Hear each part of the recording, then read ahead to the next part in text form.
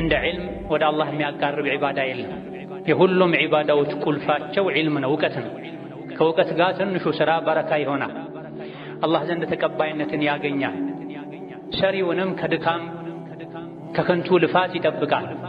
እውቀት ያለ እውቀት ብዙ ተሰርቶ ተለፍቶ ከሚገኘው ጥቅም ይልቅ በእውቀት ተሰርቶ ትንሽ ሥራ ተሰርቶ የሚገኘው አጅር ይበልጣልና ረመዳንን ብዙዎቻችን በልማድ ነው ምንጾመው። ወላጆቻችን ሕፃን ያለን አጹመውን በዛው መልኩ ነው ምንጾመው። የዱንያ ሕይወታችንን ለማሻሻል ምንጥረውን ያክል የዲንን፣ የኢማንን፣ የኢስላምን፣ የአኼራን ጉዳይ ለማሻሻል ብዙዎቻችን አንጥርም። ቁጭ ብለን አንማርም፣ አዋቂዎችን አንጠይቅም። ጾምን የሚያፈርሱ ነገሮች አሉ። ያንዳንዱ ጾመኛ ሊያውቃቸው ሊጠነቀቃቸው ይገባል። ጾም ይፈርሳል፣ ልክ እንደ ውዱእ ነው። ጾመኛ ስለሆንኩ ብለን ልንርቃቸው የሚገቡ ነገሮች አሉ። በጥቅሉ ለሁለት ይከፈላሉ። እዚህ ያንዳንዱ ጾመኛ ምግብ መጠጥን መተው ብቻ ሳይሆን ስለ ጾም ምንና ምን ማወቅ ይጠበቅብኛል ሊማር ሊያውቅ ይገባዋል። ካልሆነ ትርፉ ዕዳ ነው የሚሆነው። ስንትና ስንት ጾመኛ አለ ከጾሙ ምንም አይጠቀም ከተባለላቸው ሰዎች መሆንን ያስከትላል።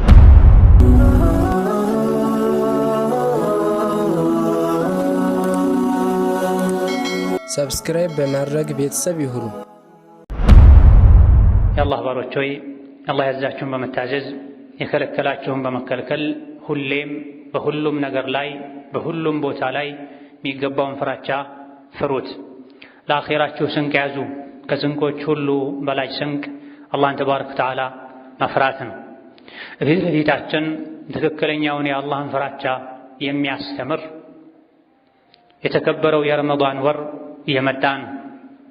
የተኛውንም ዒባዳ በዒልም በእውቀት ስናከናውነው ለዒባዳው የተሰጠውን ደረጃና ምንዳ ማግኘት እንችላለን።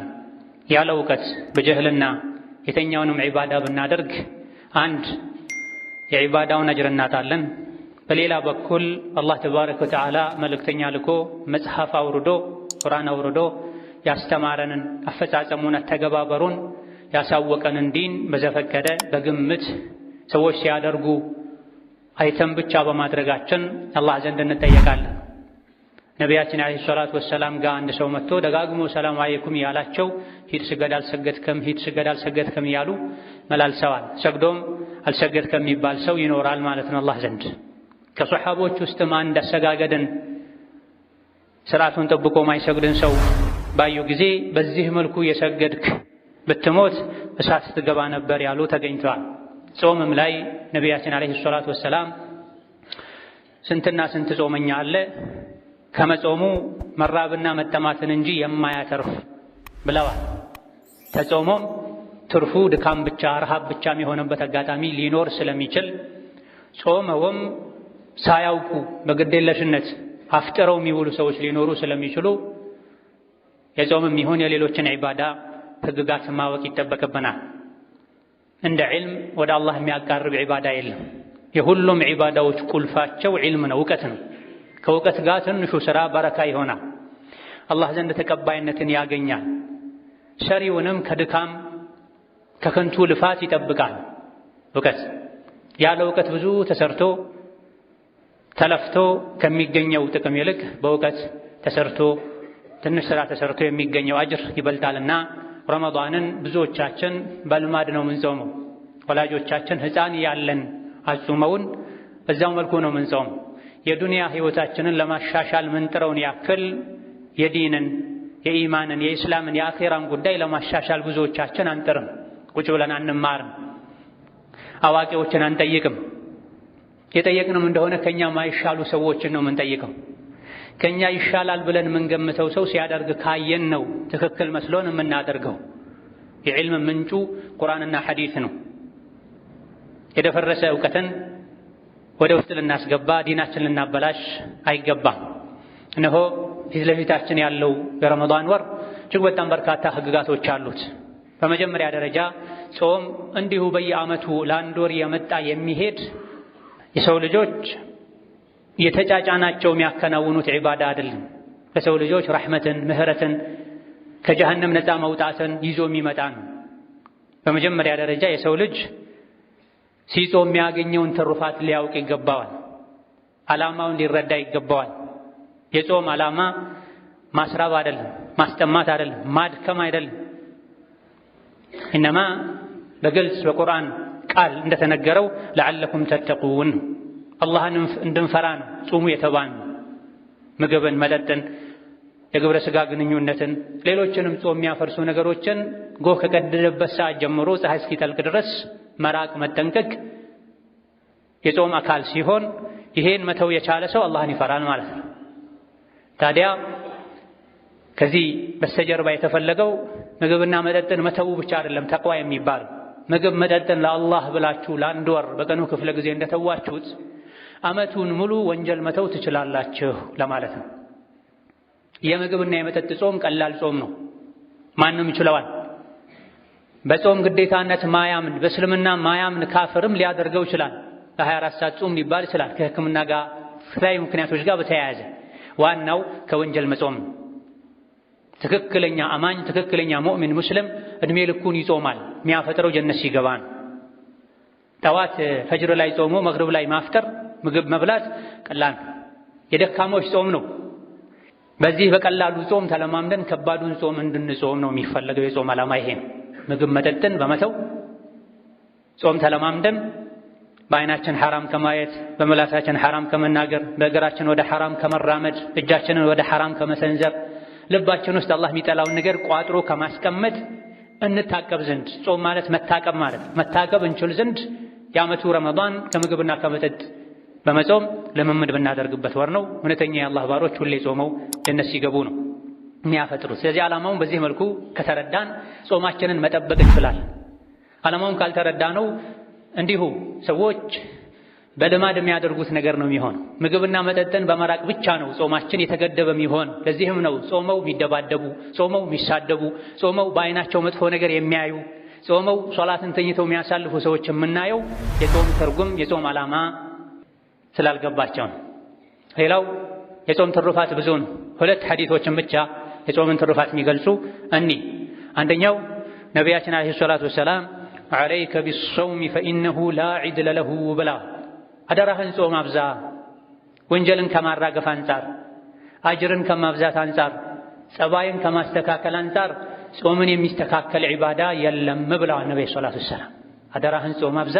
ፈርዱንም ሱናውንም ቀባውንም ስለቱንም ከተሳልክ በትክክል ጾም እስከነ ሙሉ አካላትህ። ይሄን ካደረክ ጸባይ ይስተካከላል፣ ከሰውም ከጌታህም ጋር አጅርህ ይበዛል፣ ወንጀልህ ይራገፋል የሚል ማዕና ያለው ሐዲስ ነው። ሌላኛው ሐዲስ ኢማም ሙስሊም ሌሎችም የዘገቡ ሲሆን አስያሙ ወልቁርአኑ የሽፈዓኒ ሊልዓብድ የውም አልቂያማ ኢላ አኺሪል ሐዲስ የሚል ጾምና ቁርአን ዱንያ ላይ አዘውትሮ የተገበራቸው ለነበረ ለአላህ ባሪያ አማላጅ ይሆናሉ፣ ከአላህ ያስታርቁታል ብለዋል።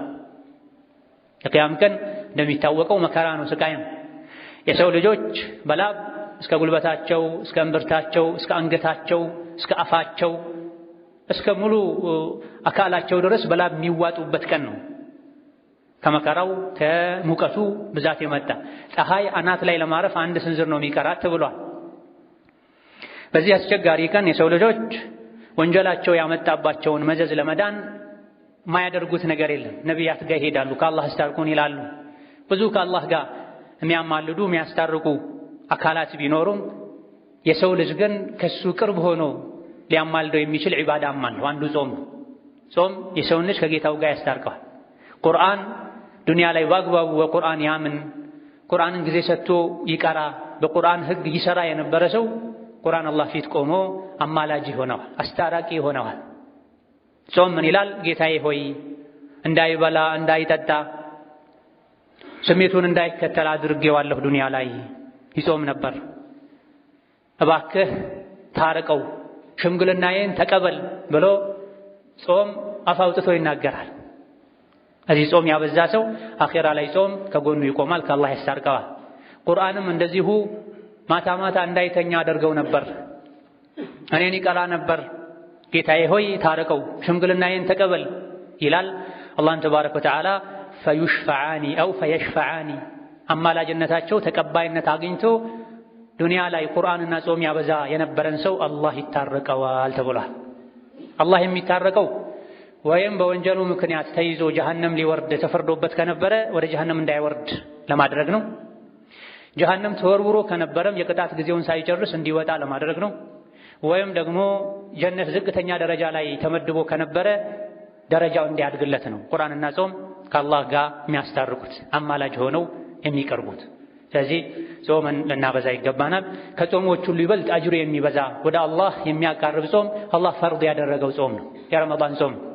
በዓመት ውስጥ የተለያዩ የጾም አይነቶች አሉ፣ ብዙ ሰዎች የሚጓጉላቸው።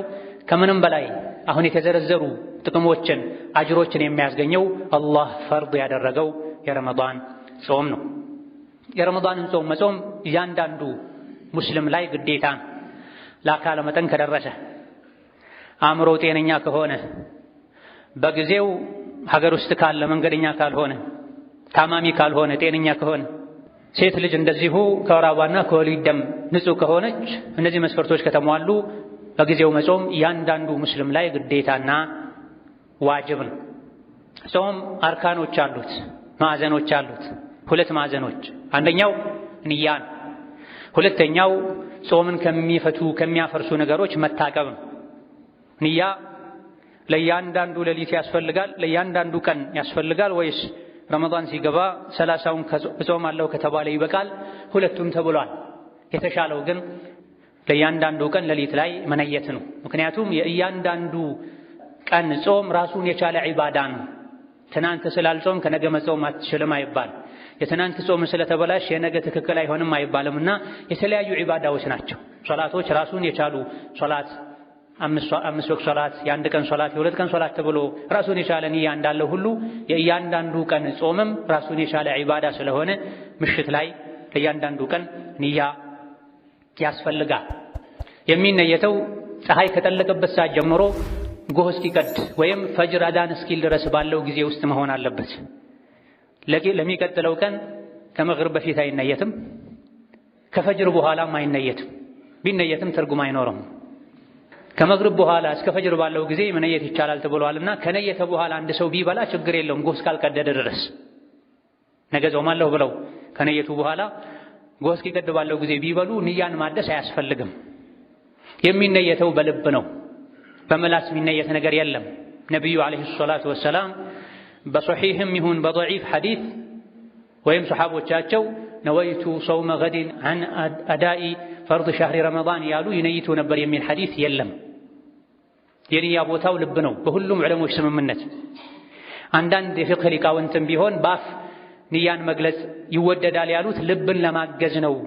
በልቡ አንድ ነገር አስቦ በምላሱ ሌላ ነገር ቢናገር የሚታየው የልቡ ነው ይላሉ። ስለዚህ ማንኛውንም ጾም ለመጾም በልብ ካቀዱ የጾሙን አይነት ካወቁ በቂ ነው። በአፍ መግለጹ ከነቢ ከሰሓቦች ስላልተገኘ አስፈላጊ አይደለም። አልፎ ሁሉ ቢድዓ ነው፣ ዲን ላይ አዲስ ነገር መፍጠር ነው ተብሏል።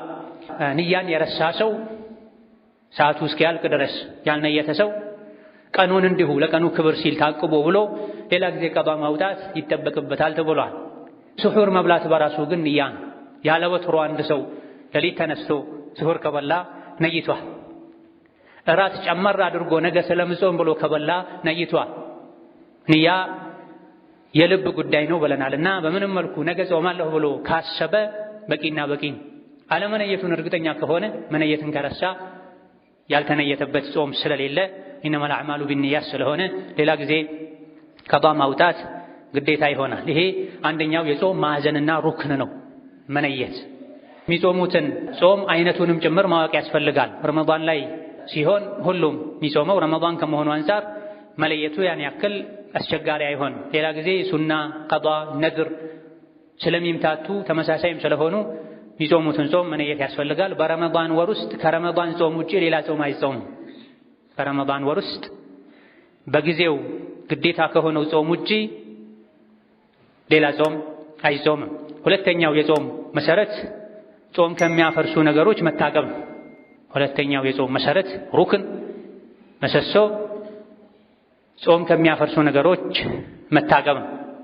ምግብ መብላት፣ መጠጣት፣ ግብረ ሥጋ ግንኙነት ማድረግ መሰል የሆኑ ጾም ያፈርሳሉ የሚባሉ ነገሮች።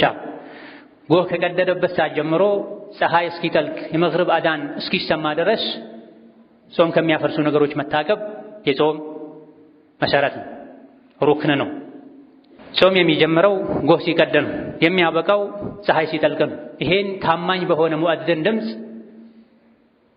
ተከትሎ ማድረግ ይቻላል። በራሱ ፀሐይ የሚገባበትን የሚወጣበትን ሰዓት ማወቅ ከቻለ ጥሩ፣ ካልሆነ ግን ታማኝ የሆኑ እውቀት ያላቸው አደራን የሚጠብቁ ጥንቁቅ የሆኑ ኃላፊነት የሚሰማቸው ሙአዚኖችን አዳን ጠብቆ መብላት እና ጾም መጀመር ይቻላል።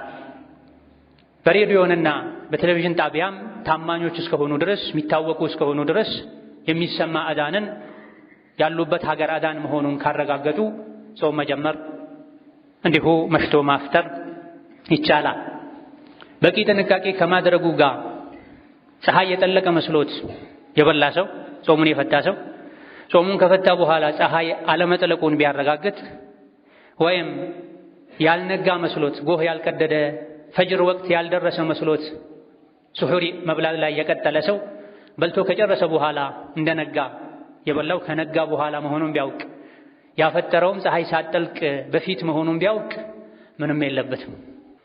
ፀሐይ ሳትጠልቅ ያፈጠረ ወዲያውኑ ፀሐይ አለመጥለቁን ካረጋገጠ መብላቱን አቁሞ ቀሪውን ጊዜ መጾም ነው ያለበት። ጎህ ከቀደደ በኋላ ያልነጋ መስሎት ሲበላ የነበረ ሰውም ረዘም ያለ ሰዓት ደቂቃዎቹን ከአልፈው ቢሆን በጊዜው መብላቱን ማቆም ብቻ ይጠበቅበታል። ትክክለኛው ይሄ ነው። ወለይሰ ዐለይኩም ጁናሑን ፊማ አኽጠእቱም ቢሂ ወላኪን ማ ተዐመደት ቁሉብኩም። ተሳስታችሁ ባደረጋችሁት ነገር ወንጀል የለባችሁም ልባችሁ አውቆ አስቦ ባደረገው ነገር እንጂ ስለተባለ ያልነጋ መስሎን ስሁር ላይ ተቀጠለን ፀሐይ የጠለቀ መስሎን ከበላን በጊዜው ካወቀን መታቀብ ብቻ ነው የሚጠበቅብን። ሌላው ጾምን የሚያፈርሱ ነገሮች አሉ። ያንዳንዱ ጾመኛ ሊያውቃቸው ሊጠነቀቃቸው ይገባል። ጾም ይፈርሳል፣ ልክ እንደ ውዱእ ነው። ጾመኛ ስለሆንኩ ብለን ልንርቃቸው የሚገቡ ነገሮች አሉ። በጥቅሉ ለሁለት ይከፈላሉ። አንደኛው ቀዷ ብቻ ግዴታ የሚሆንበት ነው፣ ቀኑን መካስ። ሌላኛው ቀዷም ከፋራም ግዴታ የሚሆንበት ነው። ቀዷም ከፋራም ግዴታ የሚሆንበት ጾምን በግብረ ሥጋ ግንኙነት ማፍረስና ማበላሸት ነው። ጾም ከሚያፈርሱ ነገሮች መሃል አንዱ የተቃራኒ ጾታ ግንኙነት ማድረግ ነው። እንደዚሁ ደግሞ በፍላጎት ሆን ብሎ የስሜት ፈሳሽ የዘር ፈሳሽ እንዲወጣ ማድረግ ነው። እነዚህ ነገሮች ወንጀል ናቸው። በረመዳን ምድር በራስ ፍላጎት ከትዳር አጋር ጋር ሳይሆን የዘር ፈሳሽ እንዲወጣ ማድረግም ምንጊዜም ሐራምና ከባድ ወንጀል ነው። ረመዳን ላይ ሲሆን ይበልጥ ወንጀል ይሆናል። ስለዚህ አንድ ጾመኛ የሆነ ሰው ከገዛ ባለቤቱ ጋር እንኳ ቢሆን ጎህ ከቀደደ ፈጅረዳን ካለ ጀምሮ እስከ መግሪብ ባለው ጊዜ ውስጥ ያወቀ ሆን ብሎ ግንኙነት ካደረገ ጾሙ ይበላሻል፣ ወንጀለኛ ይሆናል። ከፋራ ማውጣት ግዴታ ይሆንበታል። ከፋራው አንድ ባሪያ ነፃ ማውጣት ነው። ባሪያ ባለበት ሀገር ጊዜ ከሆነ አቅሙ ካለው፣ ከሌለ ባሪያ ከሌለ ወይም ገንዘብ ከሌለው 60 ቀን አከታትሎ መጾም ያለማቋረጥ። አንድ ቀን ቢያቋርጡ ከዛ በፊት የጾሙት ሁሉ አይቆጠርም፣ ዜሮ ይሆናል። ወሩ በ29 የሚያልቅ ሊሆን ይችላል፣ በ29 እና በ30 ሊያልቅ ይችላል። ብቻ 2 ወር አከታትሎ መጾም ያለማረፍ። ከታመሙ ፈርዱን ጾም ማቆም የተፈቀደ የሚያደርግ አይነት ህመም ከታመሙ አቁሞ መቀጠል ይቻላል።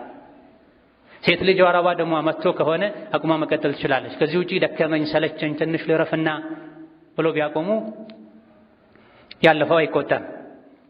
ይሄን ማድረግ የማይችል ሰው ታማኝ የሆነ የጤና ባለሙያ ለ2 ወር አከታትለ መጾም አትችልም ብሎ የነገረው ሰው ወይም ጾሞ መቀጠል ያልቻለ በተጨባጭ የታመመ ሰው 60 ምስኪን ወደ ማብላት ይሸጋገራል።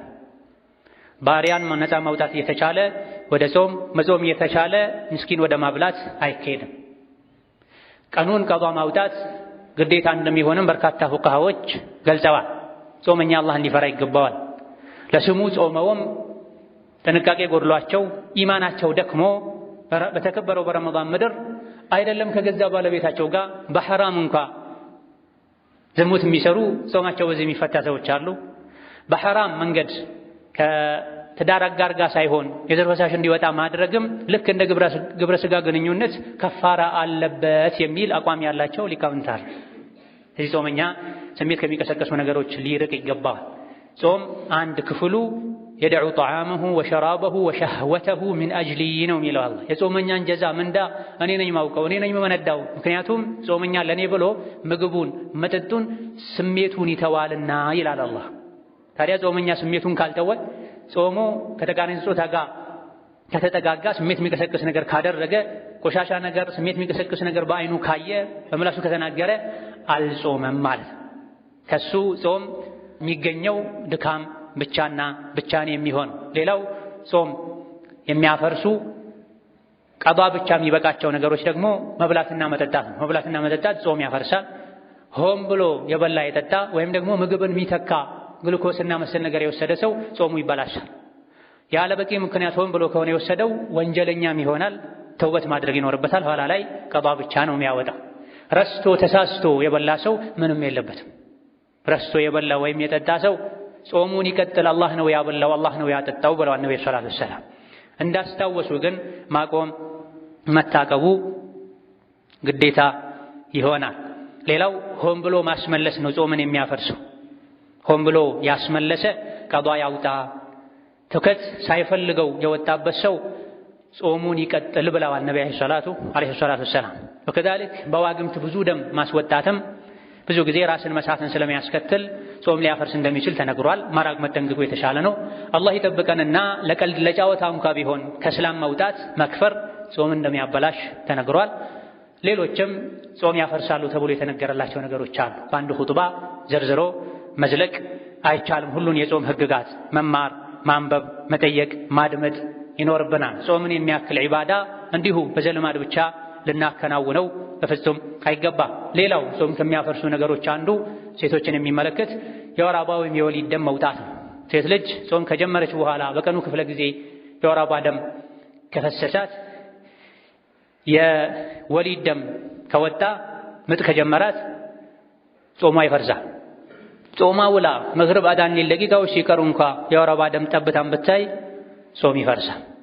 ማታውን ከጠራች መታጠቢያ ሰዓት እንኳ ባታገኝ አዳን ሊል 1-2 ደቂቃ ሲቀረው ግማሽ ደቂቃ ሲቀረው ከጠራች መጥራቷን ካረጋገጠች ስላልታጠብኩ ተብሎ ቀኑ ሳይጾም አይታለፍም።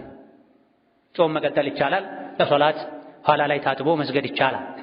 ሴት ልጅ የወር አበባ ደሟ እንዳይመጣ የሚያደርገን መድኃኒት ብትወስድ ከሙስሊሞች ጋር አብራ ለመጾም የጤና ባለሙያ አማክራ ከሆነ ባሏን አስፈቅዳ ከሆነ በመሰረቱ ችግር የለም። ነገር ግን ጤንነት ላይ ጉዳት ስለሚያስከትል አላህም ተባረከ ወተዓላ በጊዜው መጾም ያልቻለ ሌላ ጊዜ ይጹም ስላለ አለማድረጓ ይመረጣል። አደርጋለሁ ካለች ኋላ ላይ እረሳለሁ፣ ቀዷ ይደራረብብኛል፣ እሰንፋለሁ፣ እዘናጋለሁ ካለች የወር አበባ ደም አለመውጣቱ እንጂ የሚታየው እንዳይወጣ የሚያደርግ ነገር ከተወሰደ ያን ያክል የጤና ጉዳት ከሌለው መጾሙ ችግር የለውም። የወር አበባ ደም የሚወርድበት ወቅት ነውና በዚህ ጊዜ የምትጾመው ጾም ትክክል አይሆንም አይባልም፣ ደሙ እስካልወጣ ድረስ።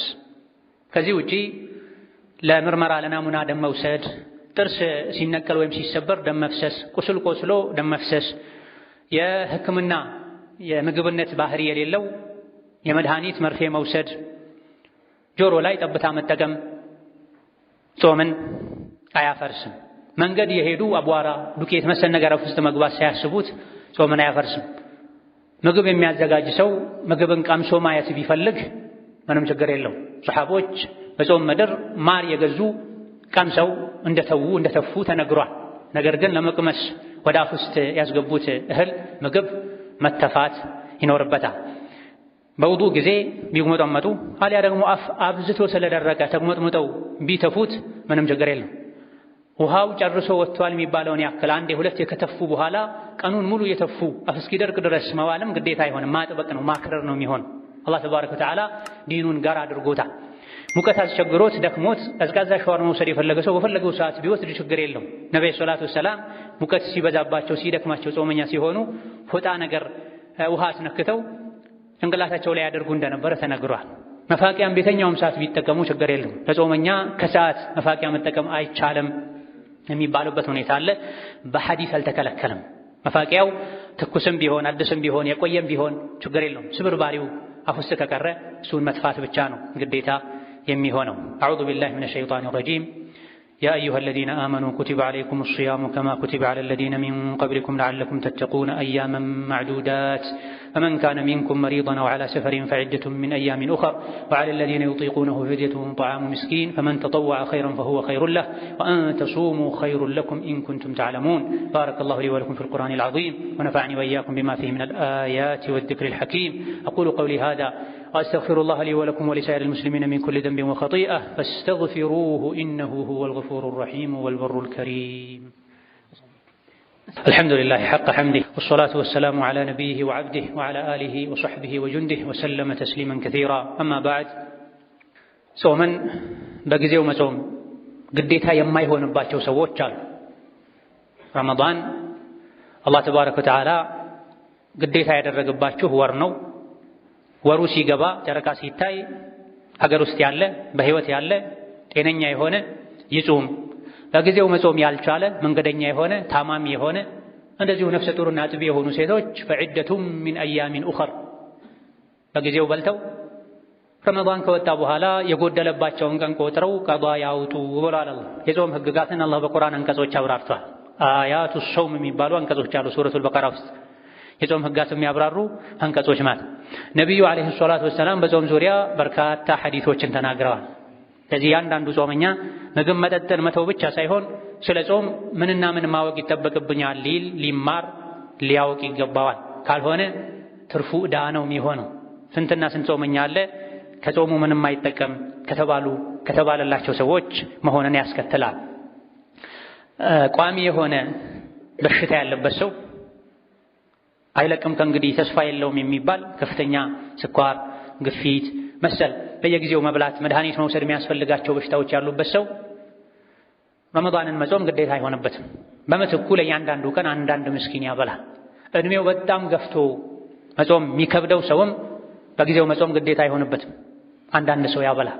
እድሜው በጣም ገፍቶ ምንም ማያውቅ ከሆነ ልጆቹም ማያውቅ ከሆነ ቀኑን ማታውን ማያውቅ ከሆነ ጾምም ማብላትም የለበትም። ነገር ግን እድሜው ገፍቶ ራሱን የሚያውቅ መጾም የሚከብደው ከሆነ ለእያንዳንዱ ቀን አንዳንድ ምስኪን ማብላት። 30ውን ቀን አዘግይቶ መጨረሻ ላይ 30 ወይም 29 ምስኪን ማብላት ይቻላል።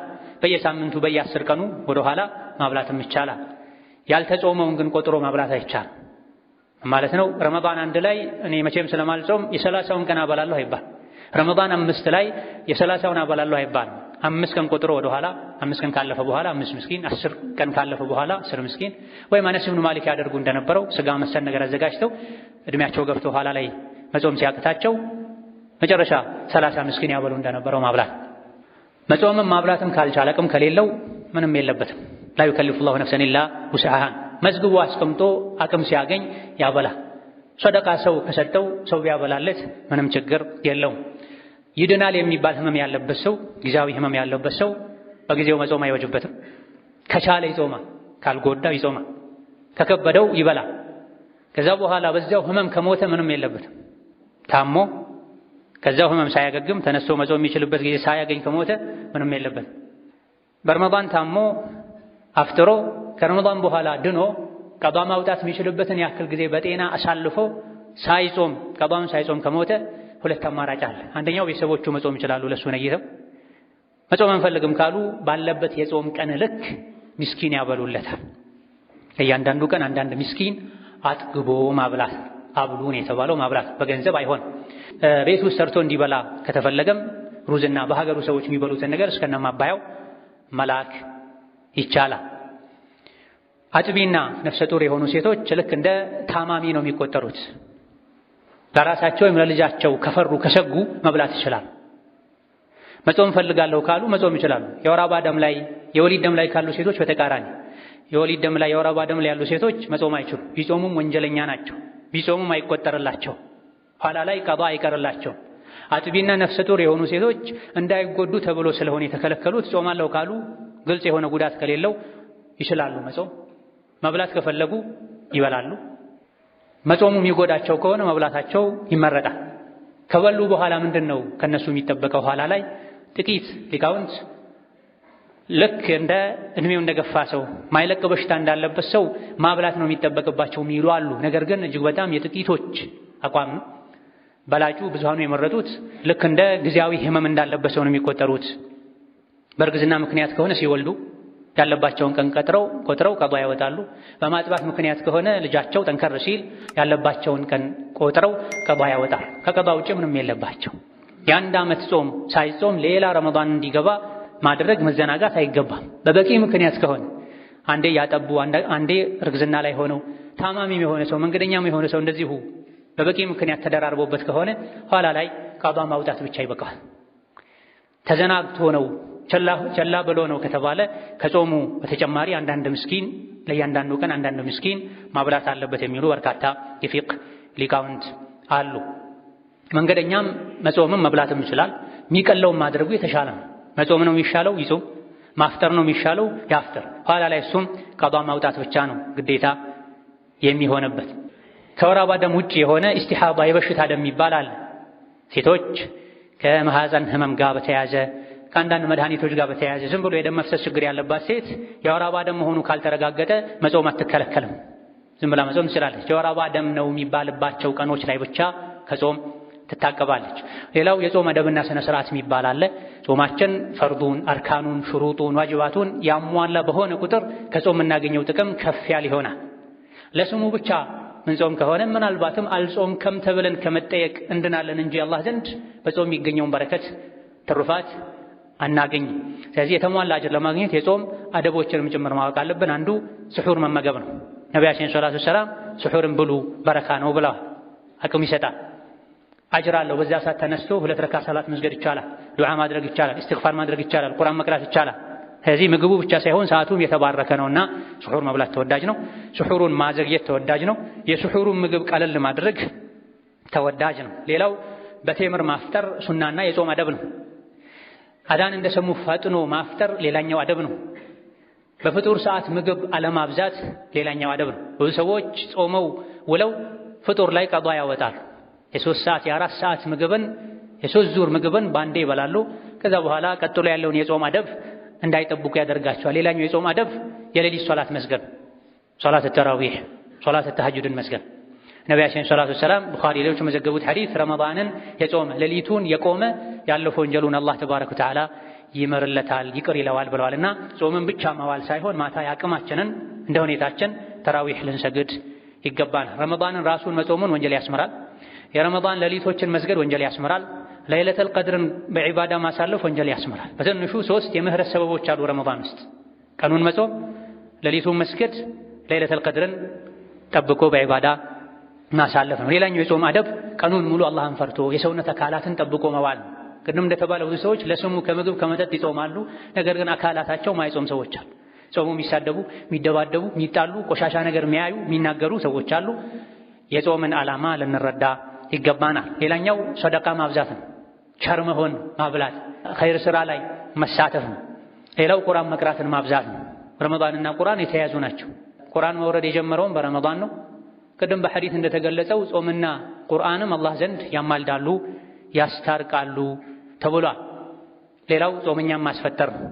ነቢያችን ሰለላሁ ዐለይሂ ወሰለም ጾመኛን ያስፈጠረ ሰው ያስፈጠረውን ሰው አይነት አጅር አላህ ይሰጠዋል ብላ በየቀኑ አንዳንድ ምስኪን እንኳ ጓደኛ እንኳ ጾመኛ ብናስፈጥር የ30 ቀን ጾም አጅር እናገኛለን ማለት ነው። ትንሹ አንዳንድ ጾመኛ ብናስፈጥር በየቀኑ 2 ብናስፈጥር ማስላክ ነው ሂሳቡ። አላህ ተባረከ ወተዓላ አቅሙን የሰጠው ሰው በየቀኑ ሱፍራው ላይ የሚያፈጥረው ነገር ላይ አንዳንድ ሰው 2 ሰው ማስፈጠር ማጋራት ነው። ይሄን እንኳን ማድረግ ማይችል ሰው አጥግቦ ማብላት፣ ሱፍራው ላይ ሰው ማስቀመጥ የሚችልበት አቅም የሌለው ሰው ቴምርና ውሃ በመስጠት ጾመኛን ማስፈጠር ይቻላል አጅሩ يبلالت ثم صلوا وسلموا على البشير النذير والسراج المنير فقد أمركم بذلك ربكم قائلا إن الله وملائكته يصلون على النبي يا أيها الذين آمنوا صلوا عليه وسلموا تسليما اللهم صل وسلم وبارك على عبدك ورسولك محمد وعلى آله وأصحابه وأتباعه وسلم تسليما كثيرا اللهم أعز الإسلام والمسلمين وأذل الشرك والمشركين ودمر أعداءك أعداء الدين اللهم اجعل هذا البلد آمنا مطمئنا وسائر بلاد المسلمين اللهم آمنا في دورنا وأوطاننا اللهم آمنا في دورنا وأوطاننا اللهم آمنا في دورنا وأوطاننا ولا تسلط علينا بذنوبنا من لا يخافك فينا ولا يرحمنا اللهم وحي صفوف المسلمين واجمع كلمتهم على الحق يا قوي يا متين اللهم من أراد بالإسلام والمسلمين شرا فاشغله بنفسه واجعل تدبيره تدميرا عليه يا ذا القوة المتين. اللهم اغفر لنا ولوالدينا ولمشايخنا ولجميع المسلمين. اللهم اشف مرضنا ومرضانا ومرضى المسلمين. اللهم من كان منا مهموما ففرج عنه همه، ومن كان منا مدينا فاقض عنه دينه برحمتك يا أرحم الراحمين. اللهم أعنا على ذكرك وشكرك وحسن عبادتك. اللهم أعنا على ذكرك وشكرك وحسن عبادتك. اللهم أعنا على ذكرك وشكرك وحسن عبادتك. ربنا آتنا في الدنيا حسنة وفي الآخرة حسنة وقنا عذاب النار. آمين والحمد لله رب العالمين.